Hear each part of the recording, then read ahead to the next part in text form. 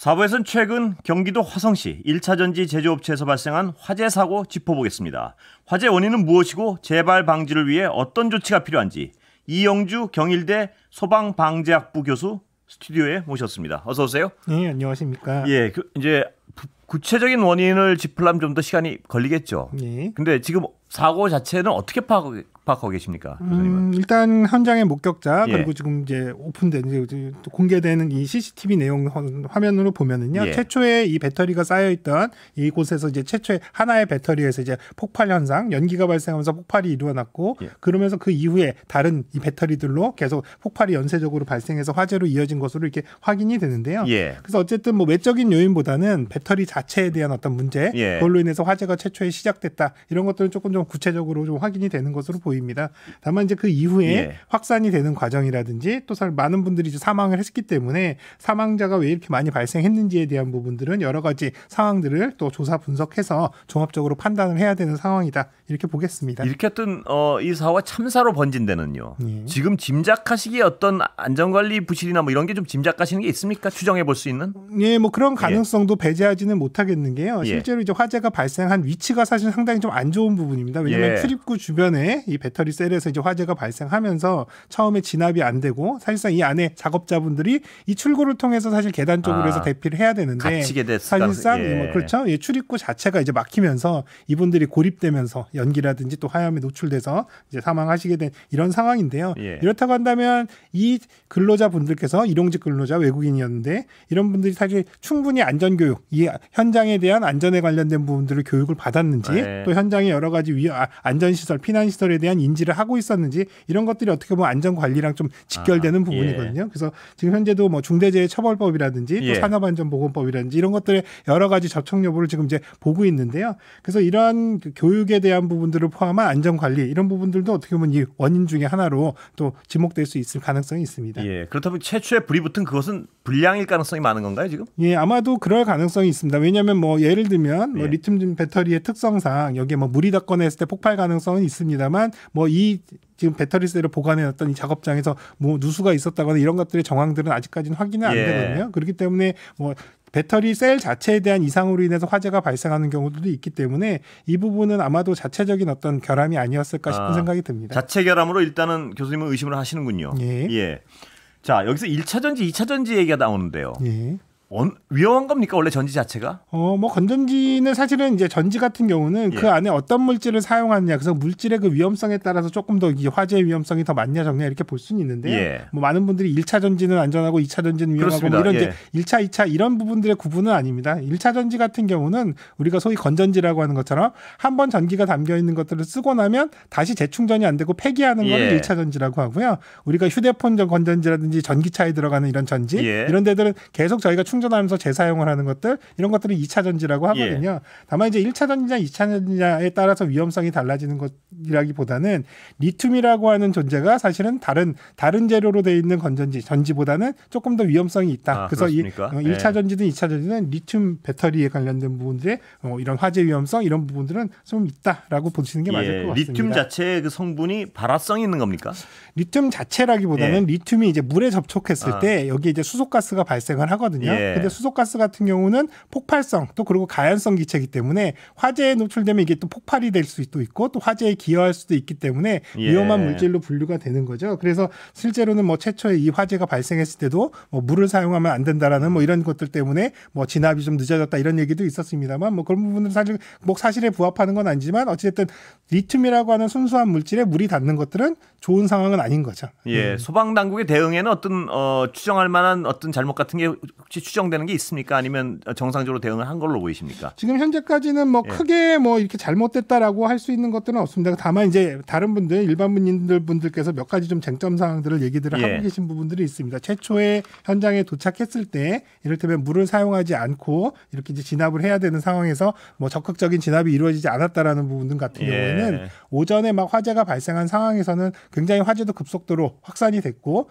또 여기에 연쇄적으로 이제 이 전지들이 폭발을 하면서 안에서 사실은 진압을 하려고 실내 이 건물 안으로 진입하는 것 자체가 불가능했기 때문에 뭐 이런 부분들이 지연됐다라기보다는 진압할 수 있는 환경이 조성되지 못했기 때문에 못한 부분이라고 보는 거고요.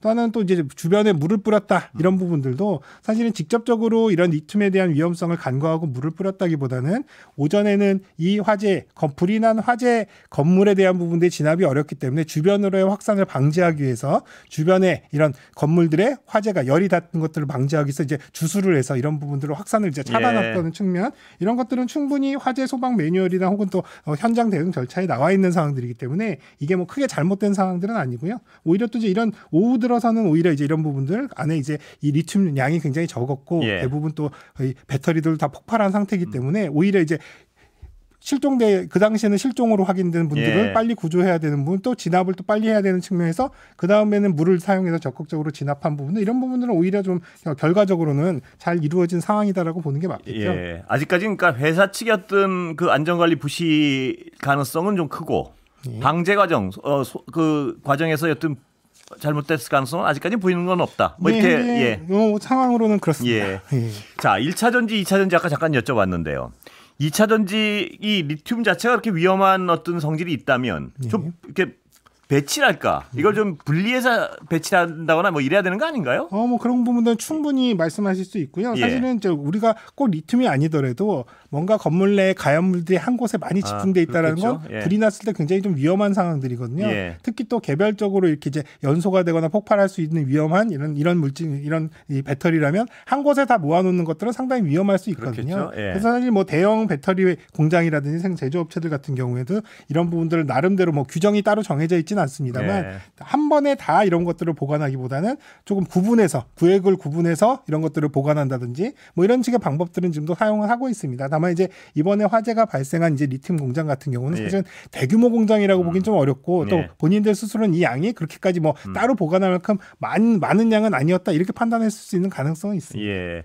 이 리튬이라는 성분 자체가 하나의 불량품 때문에 화재가 발생하면 그 주변에 있는 거는 대단히 위험해지는 상태가 되는 건가요, 바로? 그렇죠. 왜냐하면은 이 배터리 하나가 이를테면 화재가 나거나 폭발하는 상황에서도 굉장히 고열이 발생하거든요. 그럼 이 고열이 다른 배터리에 또 열적 영향을 줘서 또 그 안쪽에 열폭주라든지 이상을 또 유발하게 되고 이런 것들이 또 연쇄적으로 폭발을 계속 유발하는 상황들이 되기 때문에 한마디로 이 하나가 터졌다고 어떻게 전체가 다 터지는 상황이 되지라고 하지만 이 고열로 인해서 화재로 이어지고 화재가 다시 이 배터리들을 또 과열시키는 이런 상황들이 반복되면서 연속적인 폭발, 화재로 이어졌다 이렇게 보는 게 맞겠습니다. 지금 교수님 보시기엔 사후적으로요. 지금 이 상황을 그대로 감안하더라도 이렇게 했으면 조금이라도 인명피해를 줄일 수 있었는데 하는 아쉬움 같은 부분이 있습니까 혹시?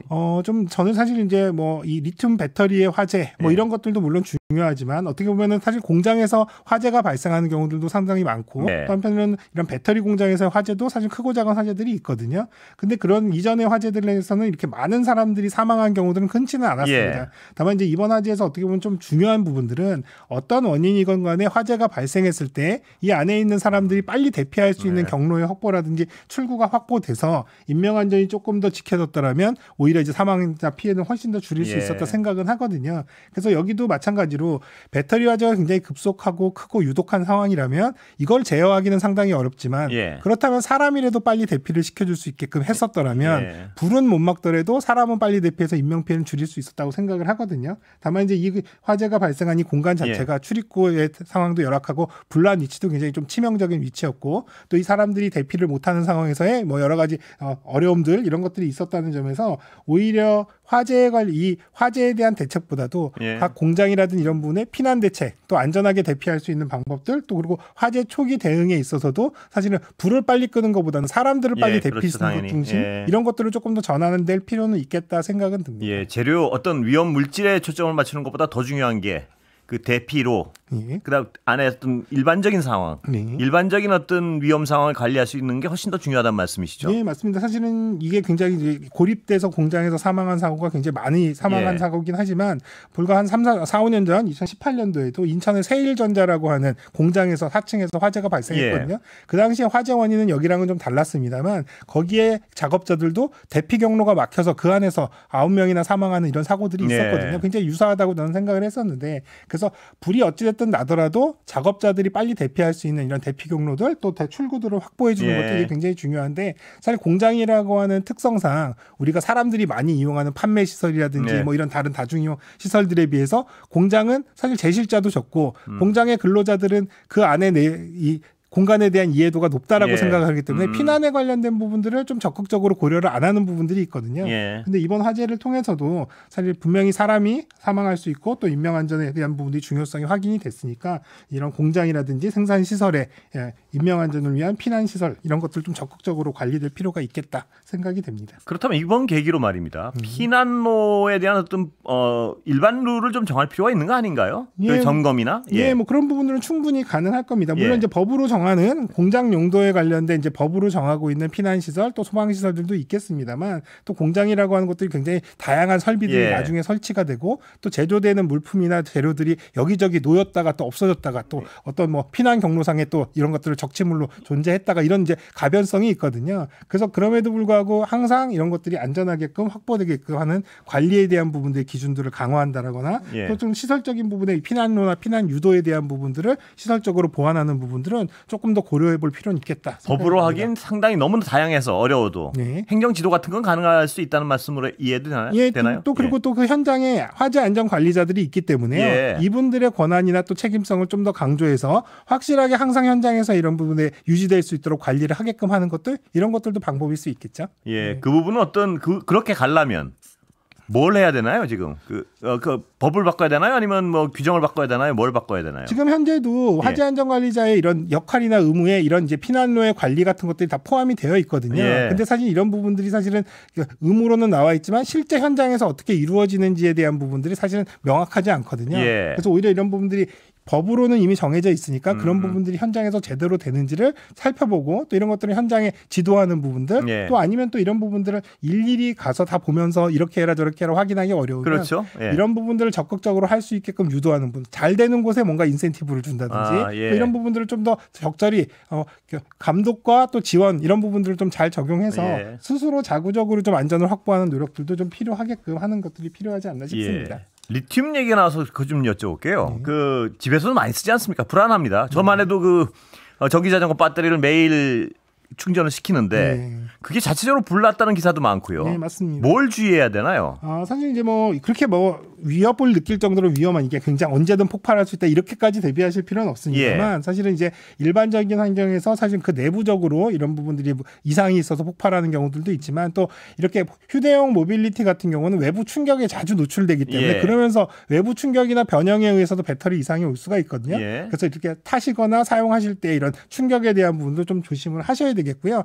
충전을 할 때도 과충전이 되는 상황들이 이렇게 굉장히 위험하거든요. 그래서 항상 완충하시기보다는 한 7-80% 정도 충전을 하셔서 타는 것들이 충전 과정의 위험성도 상대적으로 덜할 수 있습니다. 그래요? 그리고 또 급속 충전보다는 가급적이면 급하시지 않으면 완속 충전을 하는 게 배터리의 부담을 좀 적게 주는 이런 상황이기 때문에 말씀하신 대로 또 물이 닿지 않게 하는 거, 외부의 충격이나 변형이 없게끔 잘 관리하시는 것들, 충전 방법 이런 것들만 잘 하신다고 해도 뭐 위험성에는 상당히 좀 대비를 하실 수 있습니다. 근데 외부 충격이 있고 그 누적된 어떤 충격이 나중에 사고로 발생할 수 있는 건가요? 네, 맞습니다. 그건 어떻게 미리 인지할 수 있나요? 그래서 이거는 사실 참 어떻게 보면 미리 인지하기가 상당히 좀 어려운 부분이거든요. 그래서 사실 배터리 같은 경우는 이제 발열이 발생하면 그 이후에 이제는 화재로 이어지기 때문에 충전하실 때도 이런 부분들 발열이 평상시보다 많이 발생한다라고 하면 충전을 이제 그만두셔야 되는데요. 사실 일반인 분들께서는 이런 것들을 수시로 확인하시기 좀 어렵기 때문에 배터리 같은 경우도 주기적으로 이런 부분들 점검이나 확인 또 혹은 또 교체가 필요하면 교체를 하시는 거 선제적으로 교체를 하시는 게 오히려 더 안전하실 수가 있겠습니다. 집 빈 상태에서 충전하는 거 위험합니까? 네. 집 비어 있는 상태에서 그런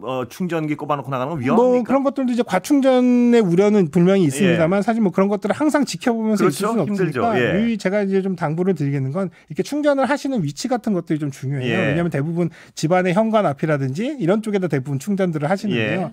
이렇게 됐다가 불이 나는 경우에 내가 도망갈 곳이 없는 상황이 똑같이 발생하거든요. 그래서 오히려 출구 주변에서 충전을 하시지 말아라. 혹시라도 불이 나더라도 나는 도망가야 되는데 이 화재로 인해서 도망가지 못하는 상황이 상황이 더 위험할 수 있으니까요. 그래서 그런 부분들을 조금 좀 유념하고 가급적이면 야외에서 충전을 하시는 게 조금 더 안전하겠다 생각이 그런데 듭니다. 과충전 말씀을 하시는데요. 네. 그게 다 안전장치가 충전이 되면 꺼지게 돼 있잖아요. 예, 맞습니다. 그런데 그거가 오작동하는 경우가 많습니까? 예, 맞습니다. 대부분은 이제 2차 전지 같은 경우는 예. 과충전 이제 방지하는 회로들이 되어 있는데요. 이런 것들도 사실은 정상 작동한다면 사실은 크게 문제가 없습니다만 예. 이런 부분들도 사실 문제가 생겨서 제대로 작동 안 하게 되면서 이제 과충전이 되는 거거든요. 예. 그래서 이제 이런 부분들도 과거에는 뭐 있으면 저가 제품들 같은 경우 이런 불량들도 많았다라고 하지만 이런 것들이 뭐 가격을 떠나서라도 조금 더 안정성이 확보된 제품이나 이런 것들을 좀 사용하시는 것들 좀 필요해 보입니다. 예. 외향적으로 어떤 인지할 수 있는 뭘 점검할 수 있는 방법은 뭐가 있을까요? 리튬 배터리 같은 경우에. 이거는 사실 이제 배터리 내부의 문제에 관련된 부분들은 사실 육안으로 확인하기는 좀 어렵고요. 그렇겠죠. 사실 예. 이제 외관적으로는 상당히 뭐 이를테면 변형이 심하다거나 예. 특정하게 찌그러졌다거나 혹은 또 녹이 쓴 부분이 있다거나 이런 경우에는 상당히 좀 정상적이지 않을 가능성이 있거든요. 예. 그래서 이런 부분들은 육안으로 확인할 수 있는 정도는 그 정도다. 말씀드리고요. 일단 외형이 망가진 건 좀 조심해야겠군요. 맞습니다. 변형이 생겼다는 것 자체는 그 내부에 이제 이를테면 균형이 맞춰서 이를테면 음극양극과 예. 이제 이 분리막이 있는데 이런 부분들이 또 외형이 망가지면서 안쪽에도 이런 부분들이 변형이 있어서 예. 이런 부분에 문제가 생길 가능성들이 있거든요. 그래서 심하게 변형이 된 상황들 이런 것들은 배터리를 좀 교체를 하시는 게 오히려 더 안전하실 수 있겠습니다. 예, 배터리가 비쌉니다. 근데 네, 그래가지고 그게 교체하기도 쉽지 않은데 마지막 질문 하나 드리면요. 네. 행정당국에 좀 꼭 이런 어떤 안전을 위해서 부탁하고 싶은 거 이건 시기에 이 정도는 개선할 수도 있지 않느냐 이 말씀 하나 해주시고 끝내시면 될 것 같습니다. 예, 그래서 사실 지금 현재는 뭐 이를테면 리튬이라고 하는 순물질은 뭐 위험물로서 관리도 되고 또 이런 것들에 대한 저장 보관 취급에 관련된 규정들도 있습니다만 이렇게 제품화되어 있는 경우는 상당히 좀 어렵거든요. 예. 그렇다고 이런 부분들을 다 일일이 규제하기도 상당히 어렵기 때문에 오히려 이제 이런 보관 방법이라든지 또 보관할 수 있는 환경에 대한 부분들 가이드 같은 것들을 만들어서 취급하는 곳이나 보관하는 곳, 생산하는 곳에 그래도 이 정도로는 관리가 되면 좋겠다라는 부분을 조금 더 어드바이스 해주는 예. 이런 부분들의 역할들도 필요하고요. 예. 또 한편으로는 또 이제 아까 말씀드린 대로 배터리 공장 아니라도 다른 공장들도 이런 대피 경로라든지 예. 안전할 수 있는 그러니까 방법들 이런 것들 예. 좀 만들어 주시는 것들 이런 것도 필요해 보입니다. 예, 오늘 말씀 감사합니다. 예. 잘 들었습니다. 감사합니다. 예, 이영주 경일대 소방방재학부 교수였습니다.